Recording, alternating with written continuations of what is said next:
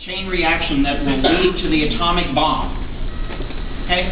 So to me, these are really dark days. We think these are dark days. You know, those were really dark days in 1943. The concentration camps were going. You know, this was really a little bit of hell on earth. So to my mind, some beings in the heavens, some alchemical angel, crying tears for the suffering of humanity, was going to drop something on us that we wouldn't forget. And so ALbert hears a voice. He says never before, never since has he heard a voice tell him to go into the lab and mix up this particular concoction, you know, that had 5 years ago, you know. And so he goes back, mixes it up, basically doses himself, and once by accident, and once then to really say, well, what? Maybe it was this stuff, because he had just a kind of a light experience, you know. So on April 19th, he gives himself the first dose of LSD, and he thinks it's not going to do anything because he's using millionths of a gram. Millionths of a gram. And it just so happens that he's discovered the most potent psychoactive substance in the world. And so he gives himself a really walloping trip and thinks he's dying. And it's wartime, there's no way to drive home, but he wants to go home.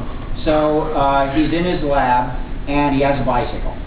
So he takes a fateful bicycle trip through the town of Basel to his home. That's why Acid Heads call April 19th Bicycle Day. And so here's Dr. Hoffman on his bicycle, right here. And I painted that in 2006, probably my last acid trip, in honor of the good doctor. He turned 100 on January 11th, 2006.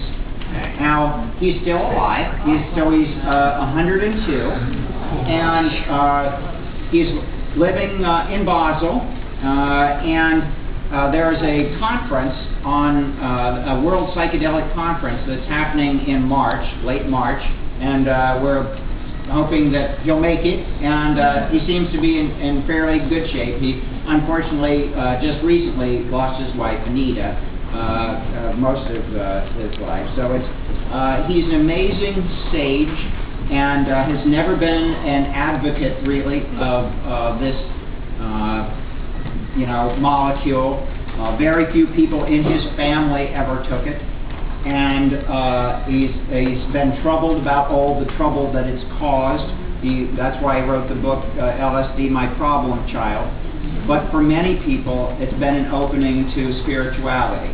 And so he's also hopes that it can become a wonder child, used in the right way. And it did show promise in the psychiatric fields. It was one of the ways that people got over alcoholism, actually. There were great studies in the 50s, and the fellow who founded Alcoholics Anonymous vouched for LSD as being an important thing for him.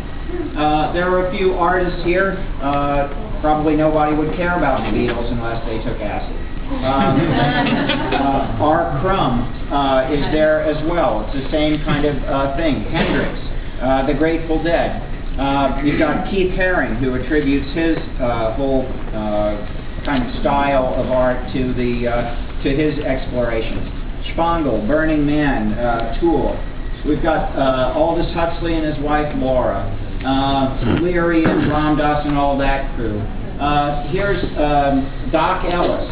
Doc Ellis was a pitcher for the Pittsburgh Pirates, and one morning in 1970, he took a dose of LSD because he was off that day. He was not supposed to be pitching. But they called him up and said, "Doc, the other guy's sick, you got to come." Oh, crap. And he couldn't say anything, you know, like, "Hey, I just dropped some oxygen." No, he went and he pitched a no-hitter.